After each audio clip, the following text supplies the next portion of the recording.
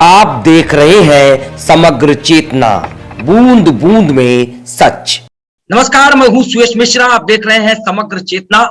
19 जनवरी 1990 ये वो काली रात थी जब कश्मीर से, देश से ही हिंदुओं को भगाया गया। अपने ही देश में हिंदुओं को बेघर कर दिया गया। राज्य सरकार मौन रही, दिल्ली मौन रही। 32 सालों तक कुछ नहीं हुआ। जो मुझे जानकारी है कि एसआईटी तक का गठन नहीं हुआ। न्याय मिलना तो दूर है, 32 सालों तक वो दंश झेल रहे लोग, वो पीड़ित लोग, सताए गए लोग, जो मारे गए उनके परिजन आज भी न्याय की गुहार लगा रहे हैं। लेकिन 32 सालों तक कुछ नहीं हो पाया। उस मामले को लेकर के देश भर, देश के लोग और लोग जाने, इसको लेकर 32 साल बाद एक साहस किया गया। एक फिल्म आई जिसका बॉलीवुड भी विरोध कर रहा है। कपिल शर्मा शो में उस फिल्म के कलाकारों को नहीं बुलाया गया। क्या ये रणनीति है? क्या ये षड्यंत्र है? और फिर हम कहते हैं कि हम डेमोक्रेटिक हैं, फिर हम कहते हैं कि हम लोकतांत्रिक व्यवस्था को मानने वाले लोग हैं। ये मतलब दोहरा चरित्र लोगों का समझ में नहीं आ रहा। हमारे साथ बातचीत करने के लिए पूर्व डीजीपी मैथिली शरण गुप्त जी हैं, जो कश्मीर में आईजी भी रहे हैं। हमारे साथ पुष्पिता अवस्थी जी हैं, जो कि नीदरलैंड से हैं, भारतीय मूल की महिला नागरिक हैं और आप हिंदी भाषी क्षेत्रों में खूब काम कर रही हैं। कश्मीर को लेकर के भी आप खूब एक्टिव रहती हैं। सबसे पहले मेरा सवाल पुष्पिता जी आपसे है कि एक फिल्म ही तो दिखाई गई, न्याय की तो बात दूर है, एक फिल्म ही दिखाई गई, उस पर इतना विरोध, पूरे देश में विरोध हो रहा है कि उसमें ये कहा गया कि आंकड़े गलत दिखाए गए, चीजें गलत दिखाई गई, लेकिन सच्चाई तो है। क्या इस बात से मुकरा जा सकता है कि इसमें सच्चाई नहीं है? पुष्पिता जी। सुयश जी, बहुत बहुत धन्यवाद। देखिए, ये सारी की सारी घटना रोंगटे खड़े कर देने वाली है और जो विरोध कर रहे हैं उनका हमें विरोध करना चाहिए, क्योंकि ये संवेदनाओं का हनन है एक मनुष्य होने के नाते, मनुष्यता को बचाए रखने के लिए। और यहाँ दो मुद्दे बहुत महत्वपूर्ण हो जाते हैं कि जो मातृभूमि में रह रहे हैं अपनी, उनसे हम उन्हें मातृभूमि से भी बेदखल कर रहे हैं और उनको हम हिंसा का शिकार भी बना रहे हैं। तो वो समाज जो आतंकवादी है, जो हिंसक है, जो आक्रामक है, उसके 32 साल तक उस ओर लोगों ने क्यों नहीं देखा? और ये जो सारा सोशल मीडिया और अखबार, ये सारे का सारा जो तंत्र है, ये इन मुद्दों पर जो मनुष्यता के से जुड़े हुए सवाल हैं और भारतवर्ष की भूमि अहिंसा की और मनुष्यता को बचाए रखने की भूमि रही है, जिसमें कि कश्मीर को तो भारत का भी स्वर्ग कहा जाता है और विश्व का भी स्वर्ग कहा जाता है।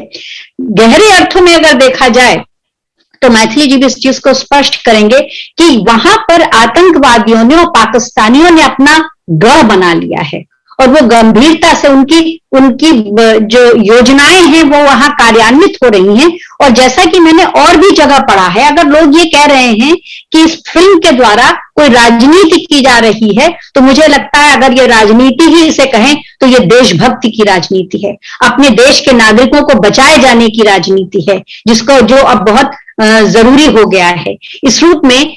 और अब पूरा विश्व ऐसा बटा हुआ दिखाई दे रहा है, एक और हिंसा है और अहिंसा। अब अहिंसा और हिंसा के बीच में विश्व की मनुष्यता एक ऐसे दोराहे पर खड़ी हो गई है कि हम जैसे मीडिया के लोगों को गंभीरता से सोचना चाहिए, संवेदनशीलता से सोचना चाहिए। ये जैसा आपने बताया कि 1990 से ये वारदात शुरू हुई और ये दिन पे दिन भयानक होती गई।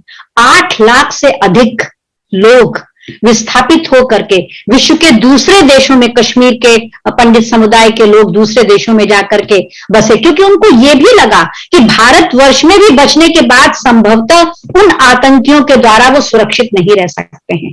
इसलिए उन्हें सिर्फ कश्मीर ही नहीं छोड़ना पड़ा, उन्हें भारत भूमि भी छोड़नी पड़ी। इसलिए ये और भी अधिक चिंतनीय और है कि अगर यही स्थिति होती रही तो क्या स्थिति होगी। हम जिस भाईचारे के साथ हम लोग को रहना चाहिए, जिस मनुष्यता को बचाए रखना चाहिए, और जबकि विश्व में इतने भयानक संकट छाए हुए हैं, उसमें नेतृत्व लेने की जरूरत है। और ये फिल्म बहुत सही समय पर आई है।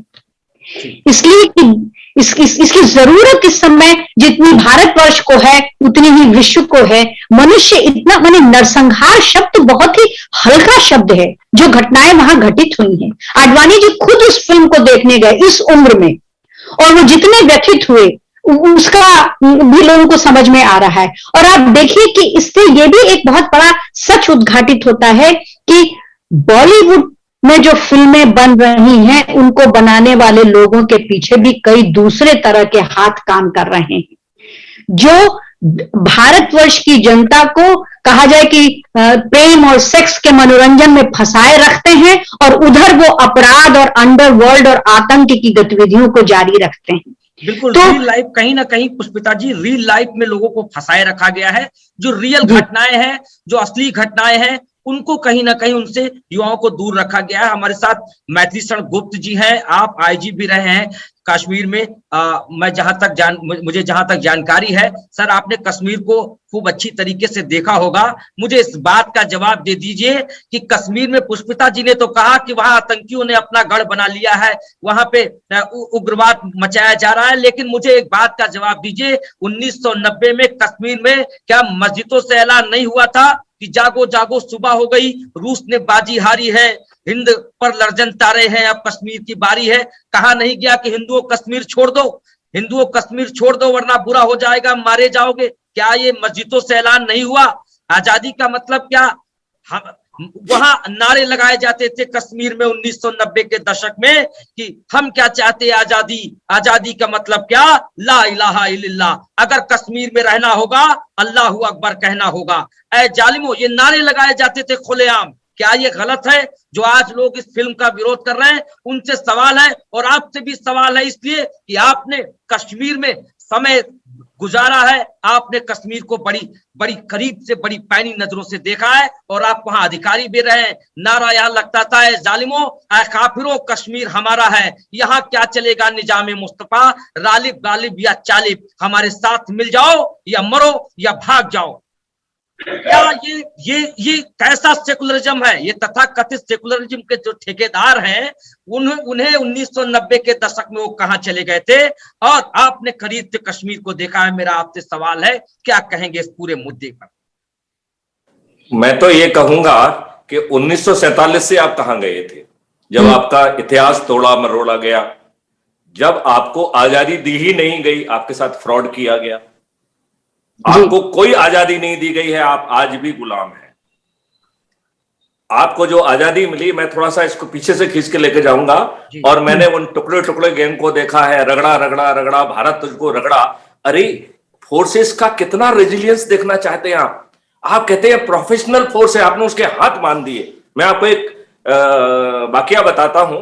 जब मैं वहां आईजी ऑपरेशन कश्मीर था और अमरनाथ यात्रा खुलने वाली थी, और अमरनाथ यात्रा खुलने के लिए हम जो है सर्टिफिकेट देते हैं कि यात्रा की सुरक्षा की संपूर्ण व्यवस्था हो गई है, तो मैं उसका पर्सनल जायजा लेने के लिए शेषनाग पे था, क्योंकि वो पहलगाम से और शेषनाग वाले रास्ते से, तो हम वहां पर टेलीफोन होने का तो सवाल ही नहीं उठता है जी। तो आईजी कश्मीर का, आईजी ऑपरेशंस कश्मीर के पास फोन जाता है, वो सैटेलाइट फोन जाता है कि सर आपसे बहुत जरूरी बात करना है। मैंने कहा ऐसा क्या पहाड़ गिर गया कि तुमको शेषनाग में मुझसे वो भी सैटेलाइट फोन से बात करने की जरूरत पड़ गई? ही सेड कि वो एक सीआरपीएफ के जवान की गोली चली थी जिससे एक आदमी मारा गया था, और कल गिलानी सोपुर में आ रहे हैं, लॉ एंड ऑर्डर का इशू है सर, आप उसे जो है अपने बटालियन को आदेश दे दीजिए तो वो व्यक्ति मुझे सौंप दिया जाए। तो मैंने कहा मिस्टर आईजी, मैं डेलिबरेटली नाम को छिपा रहा हूं, मैंने कहा मिस्टर आईजी, वो वहां पर अपने पर्सनल स्कोर सेटल करने के लिए नहीं खड़ा था, उसको सामने से गोली आ रही है, वो गोली का जवाब यदि गोली से नहीं देगा तो वहां धराशायी हो जाएगा। आपको लज्जा आना चाहिए कि आप 302 का ऑफेंस अपनी फोर्स के खिलाफ कायम कर रहे हैं। 302 का मतलब है you are killing somebody with the मेंसरिया। क्या किसी को मारने का मेंसरिया था? क्या 302 का अपराध बनता था? ये लज्जा का विषय है कि पुलिस जो है ना 302 का अपराध पंजीयन करती है, अपनी उस फोर्स के खिलाफ जो उसकी सुरक्षा के लिए वहां खड़ा हुआ है, उसके हाथ बांधे गए हैं, और आप उसके खिलाफ जो है ना फिर ये भी कहते हैं कि गिलानी जैसा नालायक और देशद्रोही वहां पहुंच रहा है। तो देशद्रोही वहां पहुंच रहा है और आप कहें कि साहब जो है आप अपने सीआरपीएफ को जवान को प्लेटर में उसका हेड दे दीजिए, ये बहुत ही ज्यादा जो है गड़बड़ी वाली बात है। और हमने कहा कि आप जो है लट चलाइए, जो कुछ भी करना कहिए, इन देशद्रोही को ठीक करिए, लेकिन कोई भी जो है ना जवान आपको नहीं दिया जाएगा, क्योंकि उसने जो है देश की राष्ट्रीयता के लिए अपनी जान खतरे में डाला है। और उसने गोली जो है ना किसी उसमें नहीं, किसी के खुंदक में नहीं चलाई, किसी को मारने के लिए नहीं चलाई है। He has not committed any crime of the 302। इस तरीके की हम जो है इंटेलेक्चुअल जो है मक्कारियां और बदमाशियां वहां करते रहे हैं। अब मैं थोड़ा सा आता हूं कि आपको आजादी नहीं मिली, यदि आप ये बात समझेंगे तो आप अपने इतिहास को और हर चीज को जो है ना वो कर पाएंगे। इस देश के साथ बड़ा फ्रॉड हुआ है, क्योंकि अंग्रेज जो है बहुत ज्यादा प्रेशर में थे, बिकॉज उनकी इकोनॉमी तहस नहस हो गई थी। यहां से जो उस समय commander in chief mister Claude थे, commander in chief of the Indian armed forces, integrated commander, वो लगातार चिट्ठी लिख रहे थे उस वायसरॉय को, जो कि जिनका नाम था बॉवेल, लॉर्ड बॉवेल, कि साहब यहां पर खतरनाक हालात हैं, पूरा भारत उद्दलित पड़ा हुआ है, नेवी फोर्सेस और बाकी फोर्सेस में बगावत की स्थिति है। कई जगह पुलिस ने भी जो है ना आदेश मानने से इनकार कर दिया है, पोस्टल सर्विसेज ने तो खुल्लम खुल्ला आदेश मानने से इनकार कर दिया है, रेलवे ने नोटिस दे दिया है कि वो स्ट्राइक पे जाने वाला है, एकदम बगावत के वो है।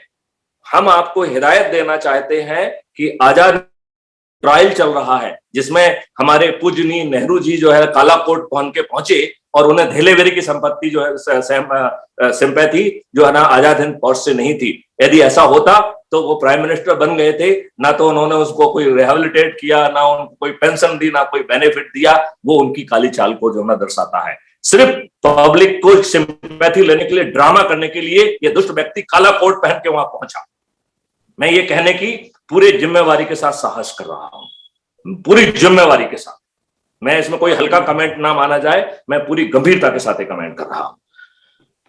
ये क्योंकि जो है आप ये बताइए, यदि इनकी आजाद हिंद की तरफ यदि थोड़ी सी भी सिंपैथी होती तो आजाद हिंद को रिहेबिलिटेट करते कि नहीं करते?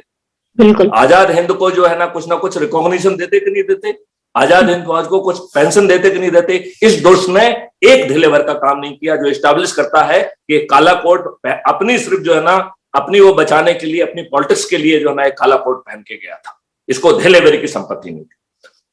अब मैं दूसरी बात जो है ना इस देश को बताना चाहता हूं कि अंग्रेज बिल्कुल ढेर सारे प्रेशर में थे, क्योंकि मिलिट्री इंटेलिजेंस उनको लगातार जो है ना ये खबर दे रही थी कि हालात बेकाबू है। हमने जो है मिस्टर क्लॉड के लेटर्स पढ़े हैं, ये इंटरनेट पे अवेलेबल है, आप उसको खुद पढ़िए, जिसमें वो कह रहा है कि हालात में क्या बगावत है। वो कह रहा है कि आप बताइए कि गवर्नर्स सीधे हमारे आर्मी के जो है ना उनसे डील ना करें, क्योंकि I know how to handle army. वो जो है ना लिबर्टी ना लें, और वो हर कोई हमसे मांग रहा है कि साहब अंग्रेज फोर्स दे दीजिए। अंग्रेज फोर्स हम कहां से दें? हमारे पास अंग्रेज फोर्स नहीं है। और लॉर्ड क्लॉड जो है वो इतना डरा हुआ था कि ही प्रिपेयर्ड वन एग्जिट प्लान। मतलब उस समय अंग्रेजों की दिमाग की स्थिति देखो कि उन्हें लग रहा था कि भगत के तेवर इतने खतरनाक हैं कि उन्हें इंडिया छोड़ के भागना होगा, और भागने के लिए एक इमरजेंसी प्लान बनाया गया जिसका नाम था एग्जिट प्लान। और ये फॉर्मली लॉर्ड बॉवेल को पेश किया गया, जिसे उसे ग्राह्य किया गया। मतलब ये कोई इमेजिनरी चीज नहीं है, एक रियल चीज है। भारत को स्वतंत्रता 1947 में देने का प्लान नहीं था, 1948 में देने का प्लान था। हालात खराब थे, इसलिए इसे प्रोपोन करके 47 में दिया गया, एक साल प्रोपोन किया गया। अब द सेकंड पॉइंट, अब अपन थर्ड बात पे कहें, आपको क्या लगता है कि जो ट्रांसफर ऑफ पावर हुआ है, जो कि 17 जुलाई 1947 को ब्रिटिश पार्लियामेंट में एक पारित हुआ है, ये कोई भारत की भूमि पे कोई फैसला नहीं हुआ है, जिसमें ब्रिटिश एम्पायर के तहत 2 डोमिनियन स्टेट पैदा हुए, जिसका एक का नाम भारत है, दूसरे का नाम पाकिस्तान है।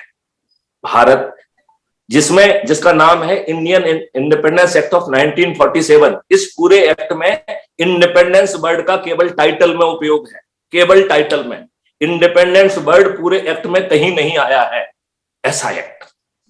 उस एक्ट के तहत पावर ट्रांसफर हुआ। किसको ट्रांसफर हुआ? जवाहरलाल नेहरू को, जिसको 0 वोट मिला था वर्किंग कमेटी में।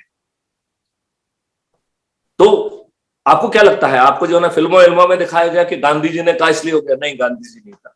इसकी जो है भूमि जो है 1946 में जो कैबिनेट मिशन के समय, बल्कि नॉट उसके बाद, कैबिनेट मिशन जब आया और वो ये सब देख रहा था कैसे पावर ऑफ ट्रांसफर किया जाए, तो कैबिनेट मिशन ने ये रिपोर्ट दी कि एक दुबले पतले चरित्र का व्यक्ति है जो कि ब्रिटेन में पड़ा हुआ है, उसका नाम जवाहरलाल नेहरू है, उसे आसानी से कंट्रोल किया जा सकता है।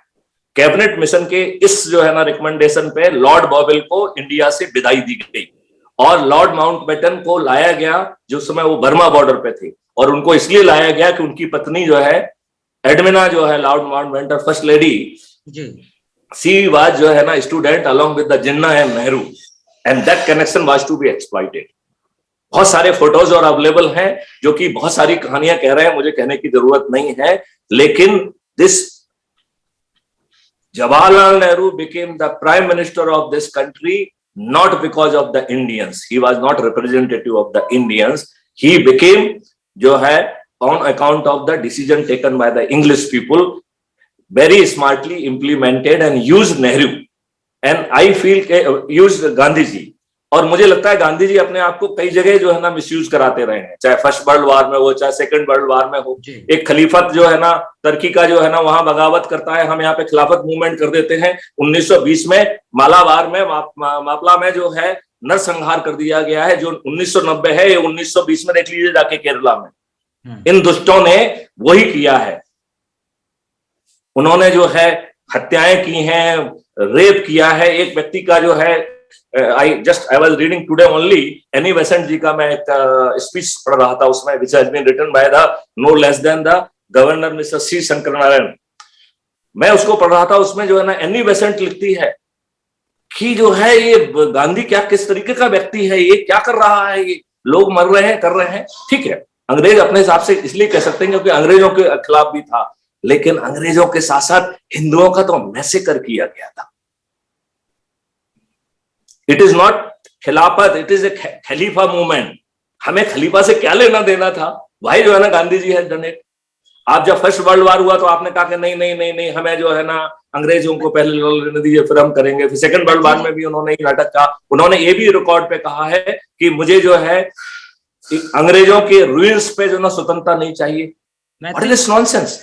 एक छोटे से जो है ना उसमें चौरा चौरी में कुछ जवान मर गए, जो है ना मर दिए गए क्योंकि जो है ना उन्होंने अत्याचार किया था, तो आपने जो है ना क्विट इंडिया मूवमेंट खत्म कर दिया। मुझे ये डायनामिक्स को बहुत गहराई से समझने की जरूरत है। ये राष्ट्रपिता क्या जो है अंग्रेजों का कॉन्कॉक्शन है, इसके ऊपर रिसर्च वर्क की जाने की जरूरत है।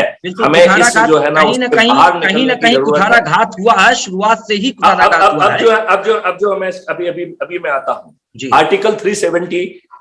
अब जो है ना राजा हरि सिंह ने, पहले हरि सिंह जो है ना डबल माइंड में थे, हर स्वार्थी व्यक्ति सोचता है मैं राजा हूं, राजा बना रहा हूं, तो हरि सिंह ने ऐसा सोचा तो कोई बहुत बड़ी बात नहीं थी। जब उन्हें समझ में आया कि ये तो पाकिस्तान आर्मी आ गई कवालियों के बीच में, तो ये तो पाकिस्तान आर्मी है, तो उन्होंने फुर्ती से जो है एक्सेशन सर्टिफिकेट साइन किया और उसको भेजा नेहरू के पास।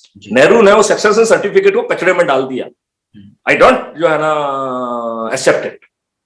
आप जो है शेख अब्दुल्ला को के हाथों भेजिए, तब हम इस पे विचार करेंगे, तब विचार करेंगे, मानेंगे नहीं, तब विचार करेंगे। अरे सामने वाला कह रहा है कि मैं जो है ना अपनी सल्तनत को आपके हवाले कर रहा हूं और ये this is the standard practice, जो हमें ऑप्शन था हम एक्सरसाइज कर रहे हैं। आपको मालूम है शेख अब्दुल्ला उस समय विद्रोह में जेल में था, तो जेल से निकाल के मजबूरी में उसको बना के सरगना दोबारा जो है एक्सेशन सर्टिफिकेट भेजा। इस बार जो है राजा हरि सिंह ने एक्सेशन सर्टिफिकेट नेहरू को नहीं भेजा, ये एक्सेशन सर्टिफिकेट उन्होंने लॉर्ड माउंटबेटन को भेजा। लॉर्ड माउंटबेटन ने सरदार पटेल को और नेहरू जी को बुलाया। सरदार पटेल अपने साथ जो है कैप्टन मानेकशॉ को भी ले गए, जिनको हम फील्ड मार्शल मानेकशॉ के नाम से जानते हैं, उस समय वो कैप्टन थे। तो कैप्टन मानेकशॉ को साथ में ले गए और वो टैक्टिकली ले गए। तो लॉर्ड माउंटबेटन ने कहा कि भैया ये जो है एक्सेशन सर्टिफिकेट आ गया है, आप लोगों को क्या कहना है। तो नेहरू जी अपने झाड़ने लगे, United nation, international, United nation, peace keeping, all दो फंडे फंडा। तो सरदार पटेल ने लगभग चिढ़ते हुए और झड़कते हुए कहा हिंदी में, कि जिसे लॉर्ड माउंटबेटन ना समझ पाए, लेकिन हिंदी शायद वो जानते भी होंगे। एनीवे, तो उन्होंने झड़कते हुए कहा नेहरू तुझे कश्मीर चाहिए या नहीं। तो उन्होंने कहा हाँ चाहिए। तो उन्होंने मानेकशॉ को कहा कि देखो आपको अपने प्राइम मिनिस्टर का आदेश मिल गया है, what for you are waiting, go and do it. And बड़ी मुश्किल में, उस समय लगभग 70% कश्मीर पे जो है ना ऑलरेडी जो है ये लोग कब्जा कर चुके थे। हम जो है बड़ी ग्रेट डिफिकल्टी से we landed on the airport, और तो वहां से हम जो है एयर फोर्स की मदद से और उसकी मदद से वी कुड जो है जो है ना अपना पूरा वापस ले लिए, and we were on the winning spree. Army ने कहा हमें 3 दिन दीजिए, हम पूरे कश्मीर को जीत लेंगे। ये दुष्ट जो है ना शेख अब्दुल्ला को फोन लगाता है, शेख अब्दुल्ला से बात करता है, शेख अब्दुल्ला कहते हैं कि भाई उस कश्मीर को तो लोग तो मुझे नेता ही नहीं मानते। मतलब ये जो है इस देश का भविष्य शेख अब्दुल्ला और नेहरू का प्राइवेट टॉक डिसाइड करेगा। ये गद्दारी हुई इस देश के साथ, ये गद्दारी हुई इस देश के साथ, ठीक है ना। तो ये यदि ये सब बातें उनके दिमाग में यदि दुष्टता और धृष्टता और षड्यंत्र नहीं होता तो ये बातें हम कैबिनेट में चर्चा करते, ये बात हम जो है ना उसमें करते चर्चा। लेकिन इसने क्या किया, ये जाके जो है ऑल इंडिया रेडियो में गया। सरदार पटेल को मालूम पड़ा कि ये ऑल इंडिया रेडियो जा रहा है, उन्होंने अपने पर्सनल सेक्रेटरी को भेजा कि पकड़ो नेहरू को, नेहरू कुछ गड़बड़ ना कर दे जाके।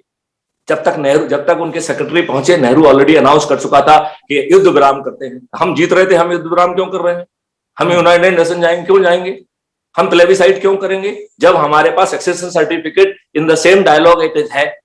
और अभी जो आर्टिकल 370 से लेकर जितनी भी चीजें हैं ये नेहरू और शेख अब्दुल्ला के बीच की खिचड़ी है, आप इसकी रिसर्च करा लीजिए।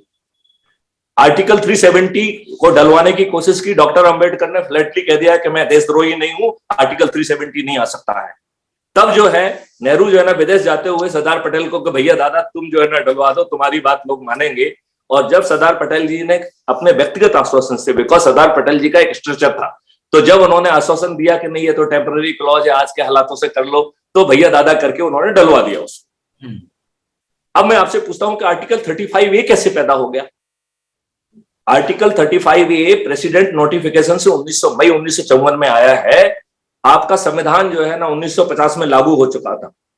आर्टिकल 370 में भी प्रावधान केवल इतना था कि राष्ट्रपति नोटिफिकेशन से अपने संविधान के हिस्से जो है कश्मीर में डाल सकते हैं जी, लेकिन संविधान में कोई क्लॉज तो पैदा नहीं कर सकते हैं। तो असंवैधानिक तरीके से आर्टिकल 35A कैसे जो है ना पैदा हुआ और उसे दुष्टता पूर्वक छिपाते हुए किया गया। तो ना तो उसे कैबिनेट में चर्चा की गई, ना उसे पार्लियामेंट में लाया गया। अब केवल जब आपकी पार्लियामेंट सेशन में नहीं होती है तब केवल हम जो है ऑर्डिनेंस ला सकते हैं, और वो ऑर्डिनेंस भी यदि 6 महीने तक अप्रूव नहीं होता है तो वो डल एंड वॉइड हो जाता है, लैप्स कर जाता है, गिर जाता है।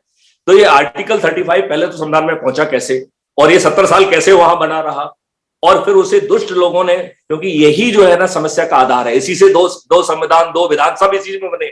आर्टिकल 35 itself इज असंवैधानिक, तो 2 संविधान भी असंवैधानिक हैं, 2 विधान भी और 2 निशान सब असंवैधानिक है। ये षड्यंत्र दुष्टता हुई है इस देश के साथ। इस देश को ये बात समझना ही पड़ेगी जी। हमारे विद्वान लोग जो है ना जी जी एक मिनट ये जो एक्चुअली संवेदनशील है इसको मुझे कह लेने दीजिए जी। तो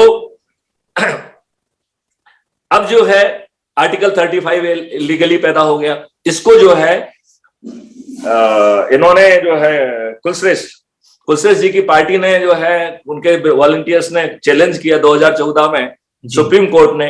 ये बच्चा बता देगा कि साहब ये असंवैधानिक है। सुप्रीम कोर्ट को इतने साल क्यों लगे 19 तक, और 19 तो क्या उसके बाद तो जो है ना उसको बाहर निकाला गया। पार्लियामेंट भी हमने इस बात की चर्चा नहीं की, असंवैधानिक ढंग से आया है। इस देश की जनता को अधिकार है जानने का जी। अब मैं जो है ना 1990 पे आता हूं। 1990 एक बहुत बड़ा षड्यंत्र था। हमारी ये महाभूल थी कि हमने एक दुष्ट को गृह मंत्री बनाया। उस गृह मंत्री ने, मैंने उन जगह देखी है जहां पे इनको बताया गया कि किडनैप करके रखा गया। कोई किडनैप के रखे नहीं रखे गए हैं। खूब बैडमिंटन खेले हैं, खूब जो है ना बदमाशी हुई है, खूब जो है ना पार्टी हुई है। किडनैपिंग वाज ए नाटक, एंड उस नाटक के तहत जो है टेररिस्ट को छोड़ा गया। उसी नाटक के तहत जो है ना एक के बाद एक जो है ना झूठी किडनैपिंग गढ़ी गई और बड़ी संख्या में जो है ना टेररिस्ट को छोड़ा गया। और 1990 जो है it is a blatant silence of the government of India. It is shirking of the sovereign responsibility of the government. Government का जो है ना ये नैतिक दायित्व है कि अपने सिटीजन को वो प्रोटेक्ट करे। ये it is a shirking of the sovereign constitutional responsibility by the government of India by not acting. वहां इतनी आर्मी बॉर्डर पे लगी हुई थी भाई जो है ना, एवरीबडी वाज मेकिंग फ्राइटिंग कॉल के सिचुएशन बियॉन्ड कंट्रोल है। उन्होंने कहा नहीं यहाँ तो सब ठीक है, ये तो पुलिस बड़ा नाटकीय सब होता गया चित्रण उस समय, बड़ा नाटकीय था उस समय, पूरा चित्रण नाटकीय। मैं ये कह रहा हूं कि ये ड्रामा नाटक जो है ना मंदिर मस्जिदों से जो है ना अनाउंस हो रहा है, लोग बाग जो है ना हथियारों को कर रहे हैं, ये सब जो ड्रामा नाटक है कोई नाटक नहीं है, ये जमीन की हकीकत है। आप जो है अभी भी ढेर सारे लोग सब जगह पे हैं, आप जो है उन सबके जो है ना एक एक करके इंटरव्यू ले लीजिए, ऐसी 25 फिल्म बन जाएगी। बिल्कुल। I had been to the all temples, I had been to the all places, I led 12 operations personally. I invented the technology over there. मैं पूरी गंभीरता से और जिम्मेवारी से कह रहा हूं कि इस देश से जो है तथ्यों को छिपाया गया है जी। मैं जो है, आप लोग अब आपने चर्चा कर लीजिए, फिर मैं 2-3 जो है गवर्नमेंट ऑफ इंडिया को सलाह देना चाहूंगा, ये नाटक बंद कर दीजिए, और जो ये दूसरे और विदेशियों के पट्टे बांध के अपने आप को जो इंटेलेक्चुअल कहते हैं, वो इंटेलेक्चुअल्स नहीं है, वो देशद्रोही हैं। वो एक के बाद बेशर्मी से जो है ना गड़बड़ करते हैं। इनके लिंकेजेस को देखो, इनके खिलाफ आपको जो है ना मटेरियल क्रिटिकल लिंकेजेस मिल जाएंगे, ऐसे इंटेलेक्चुअल्स को जेल में डालिए। बिल्कुल सही, क्योंकि ये जो है पैसा लेके ऐसा कर रहे हैं जी। बिल्कुल, तथाकथित जो सेकुलर बने हुए हैं देश के अंदर, जो एक ही चीज को लेकर के पूरा एक ढांचा गिराया गया। सेकुलर वाले डबल स्टैंडर्ड क्यों करते हैं जी? बिल्कुल डबल स्टैंडर्ड। कहीं ना कहीं देखा जाए कि एक 92 में 2 साल बाद ढांचा, 92 में ढांचा गिराया गया, तो पूरा इंटरनेशनल मीडिया उसको कवरेज कर रही है, इंटरनेशनल खबर बन जा रही है, पूरा विश्व पटल पर वो खबर बन जा रही है। 90 के दशक में कत्लेआम हुआ, नरसंहार हुआ, खुलेआम एक अपने ही देश के अंदर हिंदुओं के साथ नरसंहार हुआ, और बड़ी चालाकी से उसे कश्मीरी पंडितों के नाम पर रोक दिया गया। कहा ये कश्मीरी पंडितों, क्या सिर्फ कश्मीरी पंडित ही मारे गए थे? क्या सिख नहीं मारे गए थे? क्या हिंदू कश्मीरी पंडितों के अलावा और नहीं थे? लेकिन यहाँ का कुछ विश्लेषक मीडिया, कुछ लेफ्टिस्ट मीडिया, उन्होंने क्या कर दिया कि सिर्फ कश्मीरी पंडित मारे गए, ताकि देश के अंदर हिंदू एकजुट ना हो पाए, और कहीं ना कहीं हिंदू एक यूनाइट ना हो पाए, उसका विद्रोह ना कर पाए। इस वजह से एक नाम दे दिया गया कि कश्मीरी पंडित मारे गए। क्या कश्मीरी पंडित ही मारे गए? पुष्पिता अवस्थी जी, मेरा आपसे सवाल है, क्या कश्मीर में सिर्फ इस 90 के जो नरसंहार हुआ, क्या इसमें सिर्फ कश्मीरी पंडित ही मारे गए या फिर हिंदू मारे गए? ये क्यों कश्मीरी पंडित कह करके पूरे घटनाक्रम को, पूरे नरसंहार को मैनिपुलेट करने की कोशिश की गई? सिख भी मारे गए, सिखों का शासन था उस समय। जी जी सुरेश जी, मैं आपसे बिल्कुल सहमत हूं। और ये देखिए, इनको सिर्फ पंडित के रूप में, हिंदू पंडित के रूप में करके इनकी सीमा जो है संकीर्ण की गई, इनकी संख्या कम बताई गई, और इसके साथ साथ भारतवर्ष के बाकी जो हिंदू लोग हैं वो संगठित ना हो, इस वजह से भी इसको इस रूप में प्रचारित और प्रसारित किया गया। तो इस तरह से कहा जाए कि हमारे देश के किसी भी कोने में जब इस तरह की घटनाएं घटती, इस तरह के षड्यंत्र, उस षड्यंत्र में हमारे देश की भी कुछ ताकतें हैं जो इन लोगों से मिली हुई हैं, जो इनके साथ काम करती हैं, अन्यथा ये संभव नहीं हो पाता। मैथिली जी यहाँ उपस्थित है, वो अंतरंग जो षड्यंत्र होते हैं उसकी भयावह स्थिति को जानते होंगे, जिसे वो खोलकर बता नहीं पाएंगे, क्योंकि मेरे भी परिवार में कुछ इस तरह के लोग हैं जो आईपीएस अधिकारी हैं, और इन लोगों ने इस तरह के महत्वपूर्ण काम किए हैं, और सीमाओं पर भी जो तकलीफ होती है, और एक लेखक होने के नाते, एक संवेदनशील लेखक होने के नाते, और international non violence and peace academy की अध्यक्ष होने के नाते, मैं इस समय जिस धरती से बोल रही हूँ, नीदरलैंड से, ये इंटरनेशनल पीस जस्टिस कोर्ट है। यहाँ इस समय यूक्रेन को लेकर के भी यहाँ पर कहा जाए कि सुनवाई हो रही है। मुझे ऐसा लगता है, मैथिली जी इस पर बताएंगे, क्योंकि कानूनन चीजों को, संविधान को बहुत गहराई से समझते हैं और उसका विश्लेषण करते हैं। पढ़ना और समझना ये दो बातें हैं, विश्लेषण करना एक तीसरी शक्ति है जो सबके पास नहीं होती है, और ये विश्लेषण की शक्ति जिनके पास होती है वही इसमें कामयाब हो पाते हैं। तो मुझे ये लगता है बहुत गंभीरता से कि इस समय जितनी ये परतों के भीतर और नीचे जो काम होता है उसको अब बेनकाब करने की जरूरत है, जिसके अपने शुरू के संभाषण में मैथिली जी ने इसकी शुरुआत की है। और इस तरह के जो राजनीतिक दांवपेच हमेशा भारत के साथ, भारत की आम जनता के साथ, और भारत की आम जनता अपनी तरह से कहा जाए कि अपने उत्सवों में, अपने धार्मिक अनुष्ठानों में लगी रहती है, और दूसरी तरह के जो उत्सव मनाए जाते हैं उसमें वो इस सच तक नहीं पहुंच पाती है। लेकिन इस फिल्म ने इस तरह से सचेत किया है और आगाह किया है, और मैं बहुत ही आभारी हूं, धन्यवाद देती हूं कि मनुष्यता, भारतीयता की जो मनुष्यता है उसके प्रति पल्लवी जोशी जी ने और ये अग्निहोत्री जी ने, विवेक अग्निहोत्री जी ने महत्वपूर्ण काम किया है। और इन संवेदनाओं के जो सच हैं, वो जो वास्तविक लोग हैं उनसे इन्होंने बात की, उस जगह के लोगों से बात की, और इसलिए मैंने गढ़ शब्द का इस्तेमाल किया जो वास्तव में आतंकवादी है, जो मैंने जो स्त्री के साथ, गिरिजा कंचू के साथ उसको, जैसे पेड़ को, तने को आरी से काटा जाता है, जिंदा उसको आरी से काट दिया गया। एक वहां पे शर्मा नाम का इंस्पेक्टर जो काम कर रहा था, उसने दाढ़ी बढ़ा रखी थी कि मुझे न पहचाना जाए कि मैं हिंदू हूं और मैं काम कर सकूं। उसकी एक तरफ की दाढ़ी वो हटा दी, बड़े बाल ही पूरी गाल हटा दिए गए, और दूसरी तरफ का भी हटा दिया। तो बहुत सारे किस्से हैं, ये जो किस्से हम सुनते हैं, ये तो पॉपुलर लोगों को मारा गया, जज साहब को मारा गया, पॉपुलर लोग थे जो दूरदर्शन के, उसको मारा, ये सब पॉपुलर लोग थे, प्रचर्चित लोग थे, जिनको मारा गया, वो खबरें बन गई। न जाने कितने ऐसे लोग जिनको कोई चर्चित नहीं थे, मार करके खत्म कर दिया गया। बलात्कार हुए, बहनों बेटियों, हिंदू बहनों बेटियों के साथ खुलेआम बलात्कार हुए, उनकी संपत्तियां लूटी गई, उनकी जमीनें हड़पी गई। क्या नहीं हुआ 90 के दशक में, वो काली रात, क्या नहीं हुआ? और देश पूरा मौन रहा। कहा गया कश्मीरी पंडितों के साथ अन्याय है, ये कश्मीरी पंडितों के साथ हुआ, क्या हिंदुओं के साथ? और मैथिली शरण जी, मेरा आपसे सीधा सा सवाल है, क्या ये अलर्ट नहीं है? क्या ये अलर्ट नहीं है? क्या ये सुरेश जी मेरी बात सुनिए ध्यान से। आप लोग इस तरीके की इंटेलेक्चुअल डिबेट करके इस देश को दिग्भ्रमित करते रहेंगे। हमें डिबेट दूसरी करना चाहिए जी।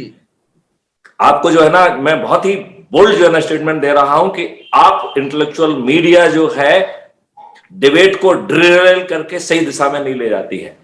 जो ये तथ्य हैं, ये तथ्य जो है, ये पॉलिटिशियन और ब्यूरोक्रेसी की जो सांठगांठ है, सांठगांठ को टूटना चाहिए।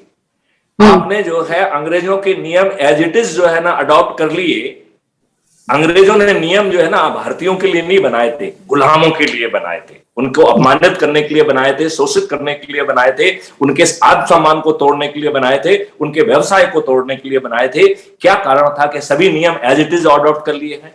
आज भी आपकी पुलिस जो है ना 1861 के पुलिस एक्ट से गवर्न होती है, जो कि फर्स्ट बार ऑफ इंडिपेंडेंस को जो है को दमन करने के लिए बनाया गया था। आज जितनी भी पुलिस सुधार की बात होती है, इन नेताओं के, इन काले अंग्रेजों की रूहें कांप जाती हैं। 2006 में सुप्रीम कोर्ट ने एक जजमेंट दिया जिसके हिसाब से 7 बिंदु जो है ना पुलिस सुधार का काम था। आज 2006 से 16 साल में पूरी पुलिस को जकड़ लिया गया है। पहले कुछ लोग जो है ना पॉलिटिकल इंटरफेरेंस से पोस्टेड होते हैं, आज मैं चुनौती देता हूं कि हर सिपाही से लेकर डीजी, हर कोई जो है वो पॉलिटिकल इंटरफेरेंस से जो है ना केवल पोस्ट होता है, बल्कि पॉलिटिकल इंटरफेरेंस से ही सरवाइव करता है।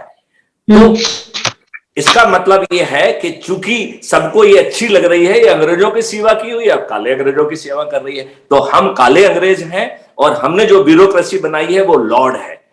ये ब्यूरोक्रेसी में बैठे लोग निर्णय ना लें तो उनकी मर्जी, विलंब से निर्णय लें तो उनकी मर्जी, गलत निर्णय लें तो उनकी मर्जी, घूस खा के गलत निर्णय लें तो उनकी मर्जी। इन लॉर्ड्स का कोई भी कुछ बिगड़ता है?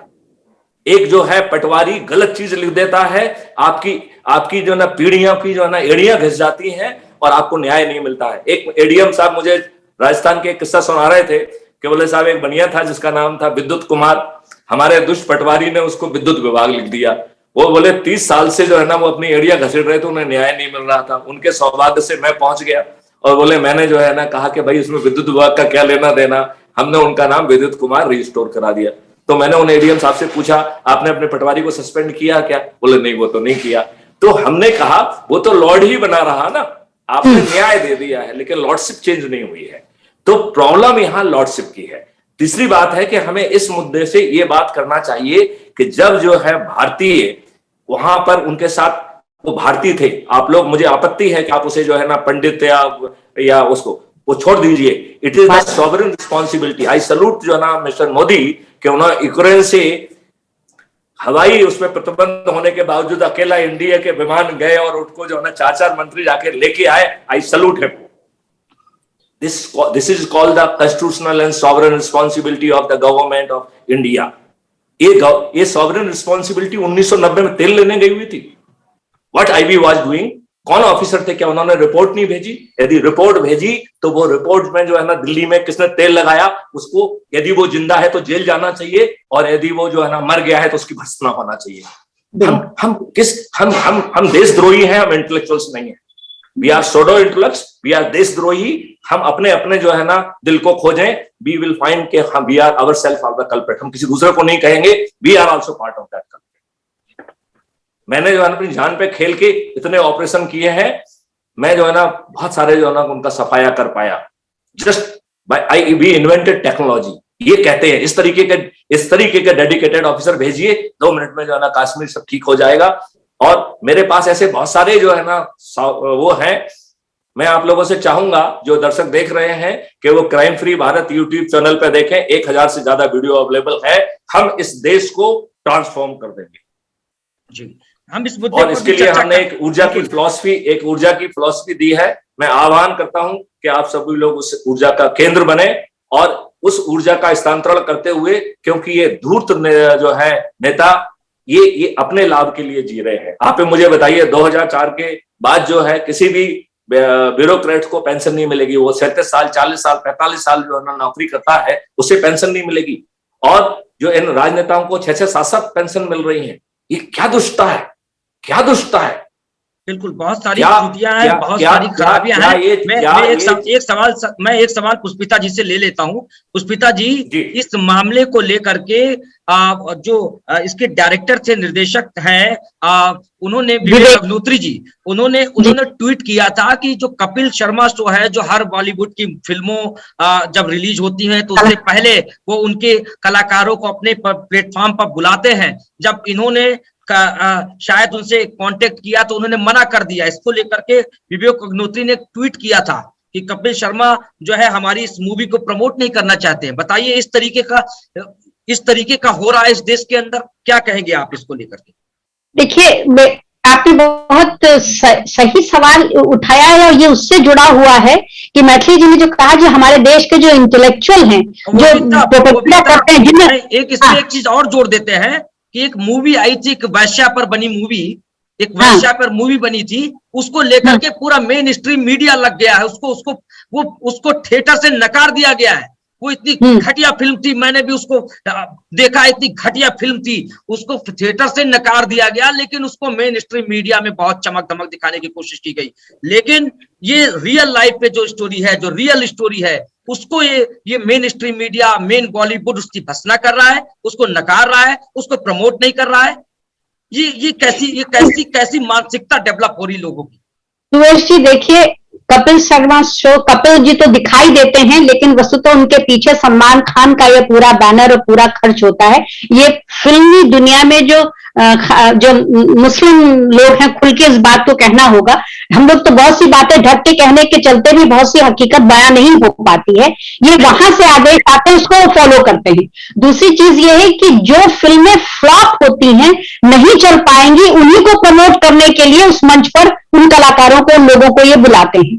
दूसरे इस वजह से इन्हें नहीं बुलाया. और अग्निहोत्री जी ने जब उनसे ये कहा तो मुझे लगता है कि इस फिल्म की अपनी इतनी ताकत थी. और कपिल शर्मा का जो शो है, वो शो में वो इंटरटेनमेंट शो है, वो दूसरी तरह के आनंद को लेने के लिए, कहा जाए, इन लोगों ने विलासिता का जो एक वो रखा है कि कहा जाए जिस तरह से कोठे में नाच होता है, उस तरह के लोगों को बुलाते हैं और वैसा ही वो कार्यक्रम करते हैं.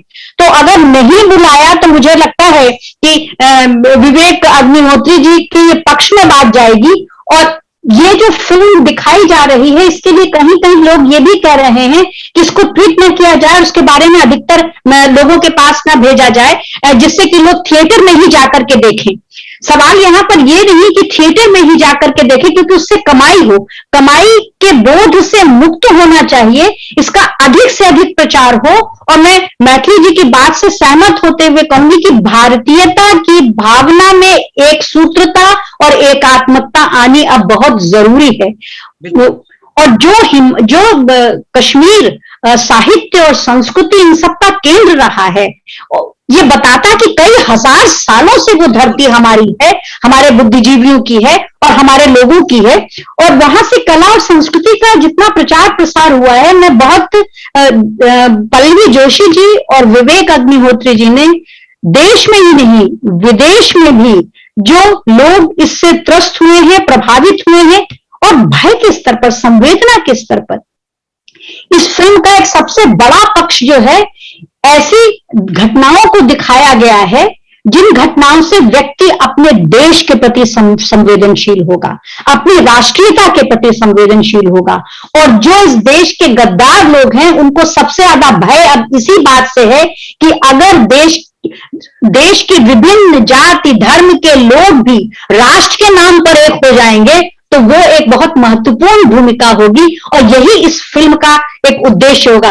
वैसे तो बहुत से नरसंहार के चित्र और बहुत सी फिल्मों में ये सारा दिखाया जाता है, लेकिन ये दिखाया जाना एक भारतीय एकता को, भारतीयता को, राष्ट्रवाद को, और हम तो अहिंसा के देश के हैं, हम लोग को एकजुट होने की शक्ति देता है। और ये एकजुट होने की जो शक्ति मिलती है, यही इस फिल्म का उद्देश्य, और इसी से लोग डरे हुए हैं जो इसका विरोध कर रहे हैं। बिल्कुल बिल्कुल। 90 के दशक में जो नरसंहार हुआ हिंदुओं का हिंदुस्तान के अंदर, उसको लेकर के, और आज के परिदृश्य में 32 साल हो गए, अभी तक उन हिंदुओं को न्याय नहीं मिला, कोई जांच नहीं, एसआईटी गठित नहीं हुई, अभी तक वो पीड़ित, वो लोग आज भी न्याय की दरकार कर रहे हैं। एक फिल्म उनके सपोर्ट में क्या बन गई, पूरे देश में हंगामा हो रहा है, पूरे देश में इसका विरोध हो रहा है।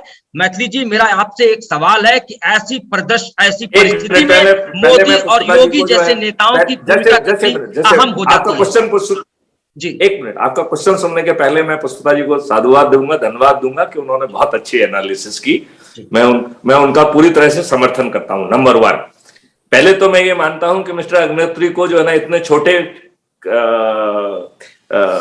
उस पर जाना ही नहीं चाहिए था। उन्होंने बिल्कुल कहा कि हल्का फुल्का घटिया जो है ना मनोरंजन है, वहां इतनी संजीदगी की फिल्म को अपने प्रचार के लिए जाना ही नहीं चाहिए था।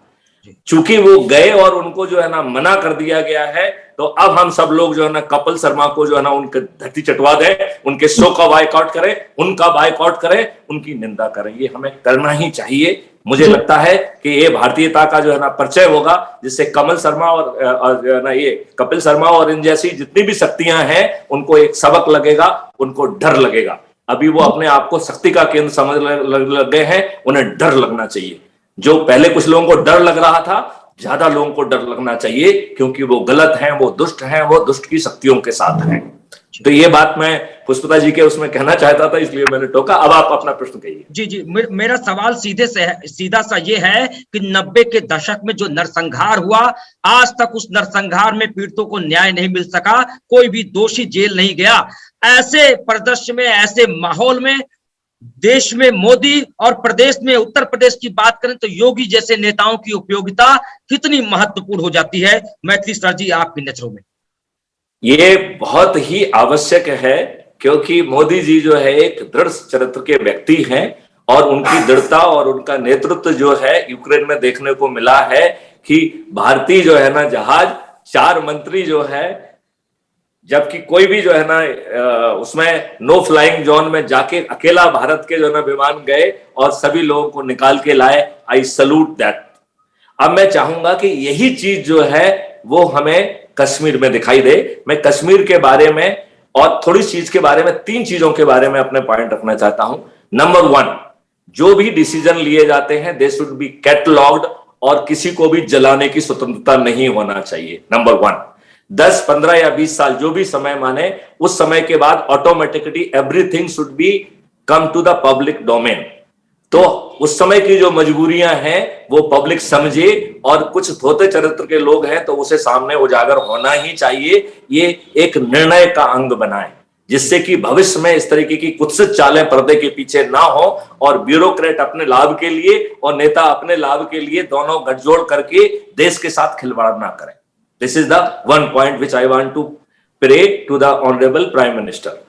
Second, I would like to pray to the Honorable Prime Minister कि जो ट्रायल है, अभी भी लोग बाग हैं लेट्स गो फॉर द, जो क्राइम फ्री भारत कह रहा है कि डिस्ट्रीब्यूटेड वीडियो बेस्ड ट्रायल किया जाए, किसी को सम्मन्स और वारंट जारी नहीं होगा, जहां पे है वहीं से वीडियो कॉन्फ्रेंस से उसका ट्रायल हो और उसके एविडेंस के आधार पर जिन दुष्टों को जेल पहुंचाया जा सकता है जिनको उनको पहुंचाया जाए, और जिन पॉलिटिकल फोर्सेस ने प्रश्रय दिया, आंखें बंद की, उन्हें कंस्पायरेसी और उसके तहत उनको भी जेल में भेजा जाए। वो सब जो है ना सत्ता का लाभ लेते रहे हैं और अभी भी सत्ता का लाभ एंजॉय कर रहे हैं। यदि हम ऐसा करते हैं तो हम उन आत्माओं को शांति प्रदान कर पाएंगे जो चली गई हैं, उन आत्माओं को जिनका बलात्कार हुआ है उनको भी थोड़ा सा सॉलेस मिल पाएगा और दूसरे शक्तियों को गड़बड़ करने की मौका नहीं मिलेगा।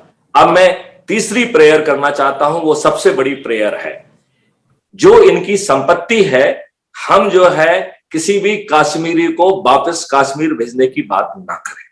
हमारा कहना है उनकी संपत्ति को ज्वाइंट वेंचर डिक्लेयर करके डेवलप किया जाए। वो वीडियो कॉन्फ्रेंस से वो कहेंगे कि उनकी संपत्ति का क्या करना है, उससे जो लाभ पैदा हो वो जहां हो, वो एनआरआई है तो वहां पहुंचे, भारत में हो तो भारत में पहुंचे, और वो जो है रिमोटली वीडियो कॉन्फ्रेंस से जो है ज्वाइंट वेंचर को चलाएं, या यदि वो कंफर्टेबल फील करते हैं तो वो व्यक्तिगत रूप से आ सकते हैं। हम किसी भी कश्मीरी पंडित को जब तक वो स्वयं सुरक्षित महसूस नहीं करता है उसे कश्मीर पहुंचने के लिए विवश नहीं करेंगे, राइट। और ये joint venture will remain joint venture.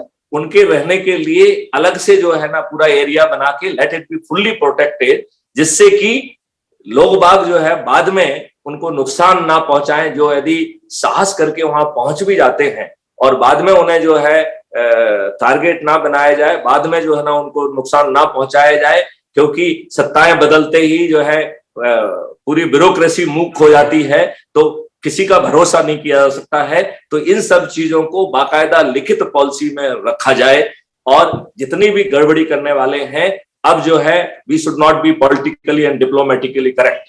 हम जो है सत्य कहने की साहस जुटाएं और सत्य जमीन पे लाएं, और मेरा कहना है कि समृद्ध भारत का निर्माण करें। मेरा ये भी कहना है माननीय मोदी जी से, थोड़ा सा मैं पॉलिटिकल जाऊंगा, मैं कहना चाहूंगा कि पार्टी तंत्र ने प्रजातंत्र की हत्या कर दी है। मैं माननीय नरेंद्र मोदी जी से प्रार्थना करूंगा कि पार्टी विहीन प्रजातंत्र को लाएं। जो चुनावों में खर्च हो रहा है, that is the another big problem. हमने एक पूरा वीडियो जारी किया है, खर्च विहीन चुनाव व्यवस्था। वो आज की तुलना में 100% जो है ना ज्यादा पारदर्शी होगी।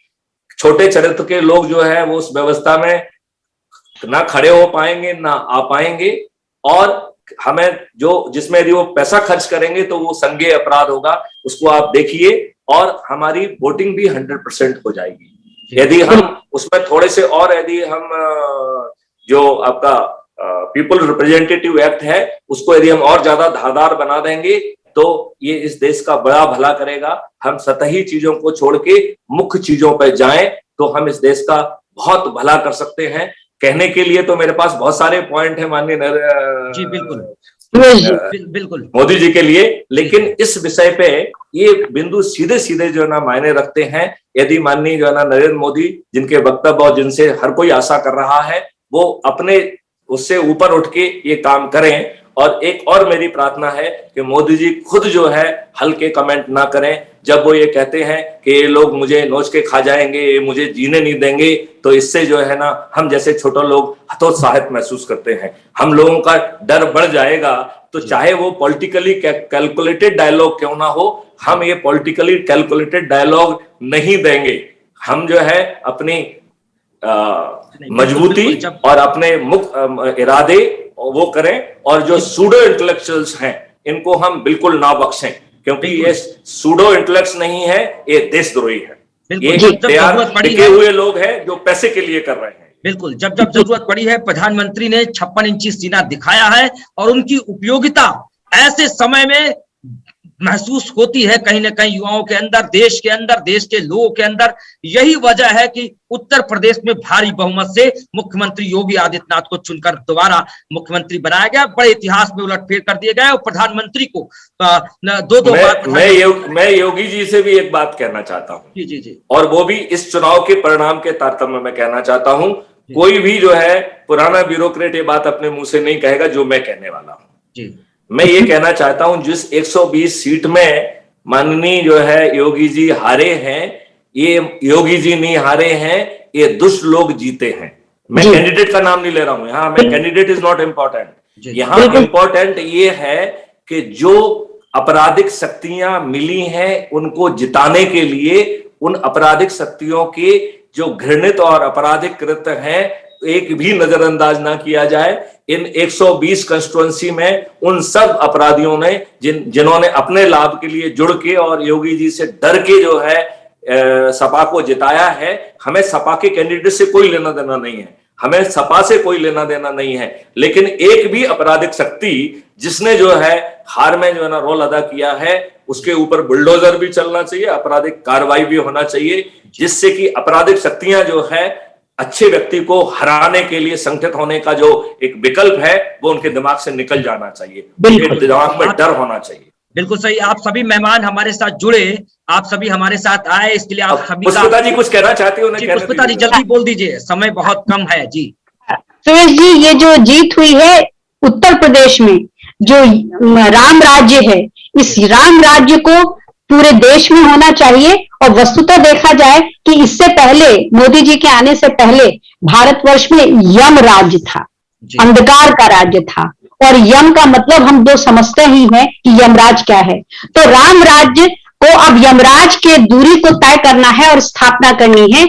और जो इंटेलेक्चुअल्स हैं, जो बहस करते हैं, बातचीत करते हैं, लेकिन जब वोट देने का नौबत आती है तो ये वोट देने नहीं पहुंचते हैं, कि वो धूप में नहीं खड़े होंगे, लाइन में नहीं खड़े होंगे। तो ऐसे जो दिखावटी दोगले चरित्र के इंटेलेक्चुअल्स हैं, उनसे हम लोगों को बचना चाहिए और जनता को भी बताना चाहिए कि अपना समय वहां न जाया करके वो राष्ट्र के निर्माण में और राष्ट्र के निर्माण करने वाली जो शक्तियां हैं उनके साथ रहें। मैथिली जी ने बहुत खुलकर स्पष्ट होकर जो बातें कही हैं वो चरितार्थ होनी चाहिए, वो उनको फलीभूत होना चाहिए, उनको घटित होना चाहिए, वैसे ही जैसे ये फिल्म घटित हुई है और बनी है और इसने संवेदना जागृत की है। इन्हीं शब्दों के साथ अपने सभी श्रोताओं को मैं धन्यवाद दूंगी, और असली धन्यवाद तो तब होगा जब वो इस फिल्म को गहरा समर्थन प्राप्त करवाएंगे और वायरल और देखने भी जाएंगे सिनेमा घरों में। बिल्कुल।